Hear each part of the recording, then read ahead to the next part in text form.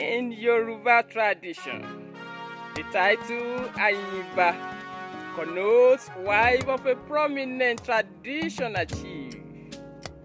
I have the strongest recommendation of Chief Mrs. Oguntola Olakemi to celebrate a darling sister, a lovely sister, a beautiful damsel, a sweet mother, and a family friend, wife of one of the descendants of Bashorun of Oyo Kingdom, Ayinba Ọládòkun Àṣàkẹ́ Adé.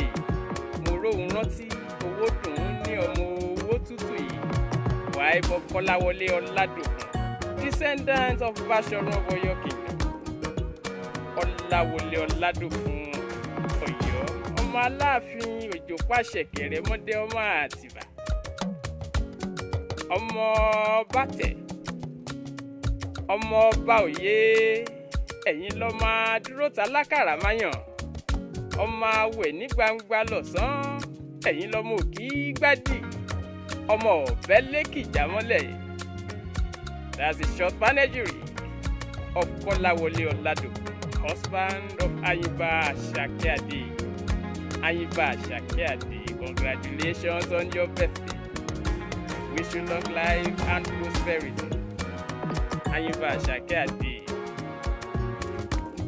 Ìwọ lọmọ aládòyọ̀ gẹ́gẹ́, ọmọ ojúbù ni ó jẹnu lọ, ọmọ láríwájú ọmọ aláàrèéjì ọ̀fà. Ìwọ lọmọ amújàgínì, ìwọ lọmọ gbọ́nà, ọmọ bẹ́ẹ̀ sámi ní kẹ́kẹ́ máa báwọn dẹ́gbẹ̀jẹ́ ọkọ, àfàì sámi ní kẹ́kẹ́ máa báwọn dẹ́gbẹ̀dínlógún. Àṣàkẹ́ Adé ńlọmọ yáfi ńlọgbà ọkọ, wọ́n lọmọ owó tútù yìí. Mo róhun rántí ọmọ adáṣọ bí ẹ̀ ń jogún, ọmọ láńrewájú, ilé rẹ̀ kìkẹ̀kún, ìrìn ẹsẹ̀ rẹ̀ kìkẹ̀kún. Mo róhun rántí owó dùn ún ní, wọ́n lọmọ yẹ̀rú ọ̀gín ọlọ́fà mọ́jọ, ọmọ lálọ́mí ọmọ abísùjó kọ ìjàkadì kátàkìtì lóru ó tọ̀fà. Àṣàkẹ́ Adé ìjàkan, èyí tí wọ́n jà lọ́fà lọ́jọ́sí, ó ṣojú ìpòrò nínú oko nílé Ọlálọ́mí. Àṣàkẹ́ Adé ó ṣojú ebè lálà, ìbáṣojú olóko ìbá làwọn níjà. Lọ́jọ́ tọ́lọ́fà ń rọ̀yọ́ lé alùkóńsó ọlọ́fà, wọ́n jẹ́gbèje alùbẹ̀lẹ̀ ọlọ́fà jẹ́gbẹ̀fà,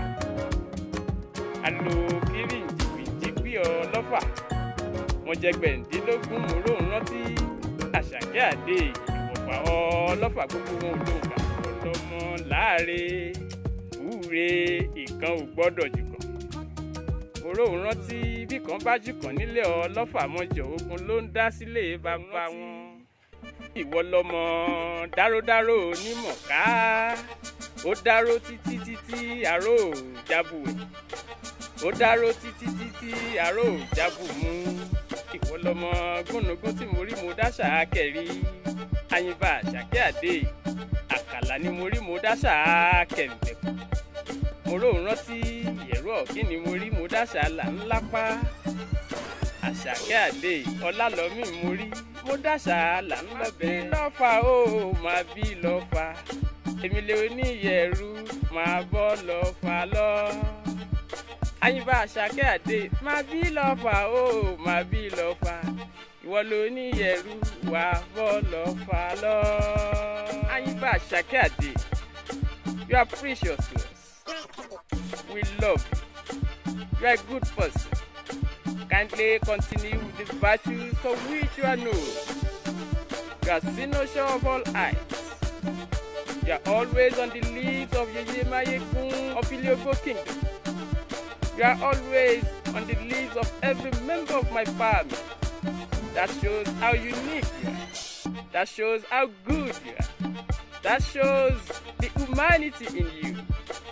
Birds of the same feather, they say, flock together. For which reason? we identify with you today specifically to celebrate the day you were born. Every second of March is your day.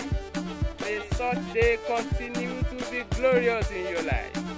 May you always have beautiful testimonies of the day. Congratulations, my sister. Àyìnbá Àṣàkẹ́ Àdé.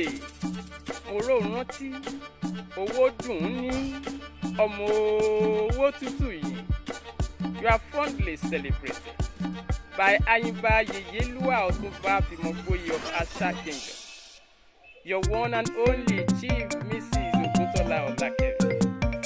Yèyé Máyégún of Ilé-Oko Kingdom. Congratulations, Àyìnbá Àṣàkẹ́ Àdé. Have a lovely celebration.